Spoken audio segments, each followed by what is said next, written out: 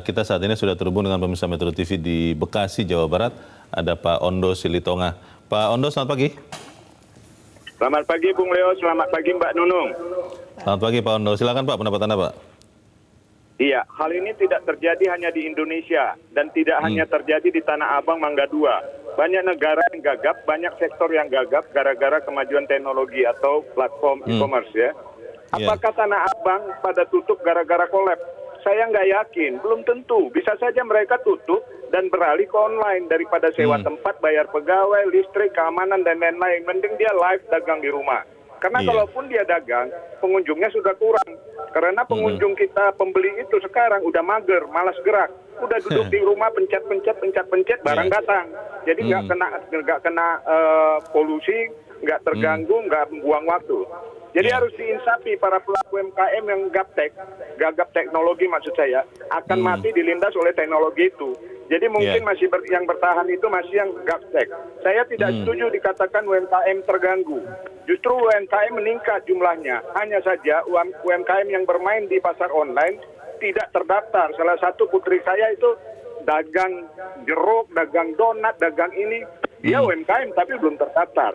Pemerintah jangan melakukan sesuatu, misalnya try to resolve the problem but making the problem. Harus jeli dan harus kumpul itu setiap instansi yang berwenang untuk itu. Harus bekerja sama dan bukan hanya gara-gara barang import. Jadi kalau hanya yang diurusin barang import ini nanti gagal lagi mereka. Ke depan banyak sektor akan tutup gara-gara ini. Jadi beli sayur donat itu cuma pencet-pencet datang barangnya. Jadi itu harus dipikirkan. Jadi bapak-bapak, emak-emak, milenial yang gaptek, siap-siap terpindah. Jangan jadi beban negara ngurusin gaptek. Itu loh, makasih. Ya, terima kasih Pak Ondo Silitonga di Bekasi, Jawa Barat untuk pendapat Anda Pak. Selamat pagi. Pertanyaan besarnya itu Mbak Nunung, kalau kemudian ini pemirsa pun mengerti ya, ini banyak instansi yang terlibat kan. Yang tadi Mbak Nunung sudah katakan harus duduk bersama. Masalahnya kan sekarang sudah bulan September, sudah mau habis ya. Sebentar lagi bulan depan sudah pendaftaran Capres dan Cawapres, tadi kita beritakan. Apakah kemudian masih ada perhatian itu, fokus itu kepada para pedagang ini? Karena pemerintahnya pun sedang fokus kepada pemilu. Bagaimana Mbak Nunung? Harapannya pasti masih ada perhatian.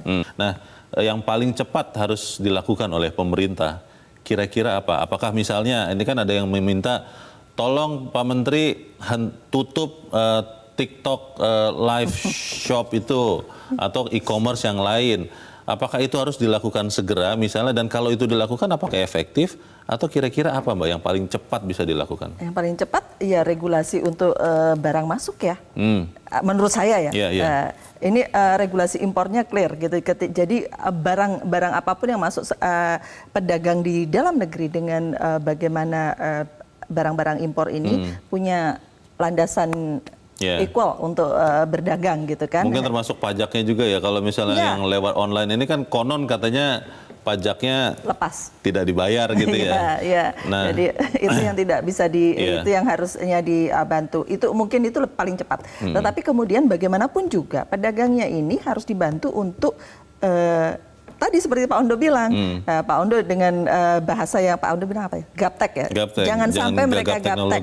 Jangan sampai mereka gagap teknologi. Ada hal baru yang kemudian masuk dan kemudian mereka harus menyesuaikan diri, begitu kan. Kita kan tidak bersoal soal Tanah Abang itu tutup atau tidak, tetapi pengusaha yang di sana tetap hidup itu kan persoalannya kan, gitu kan. Mungkin bentuknya nanti bukan seperti Tanah Abang yang kita yang kita kenal di bayangan kita orang-orang tua gitu kan, tetapi paling tidak pengusahanya tetap hidup gitu.